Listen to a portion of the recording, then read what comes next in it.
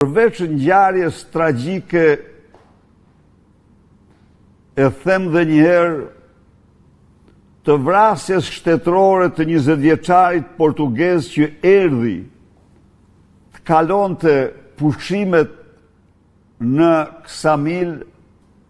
dhe kthehet në familjen e tij në Arkivol.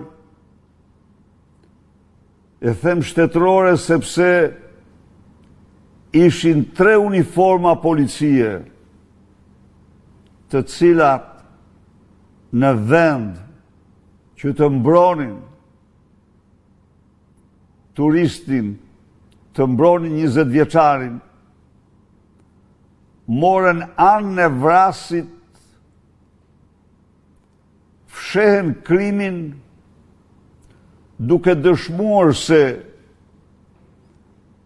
rojet e sigurisë lokale tona janë pjesë në tërësi, jo të gjitha sigurisht, e krimit të organizuar.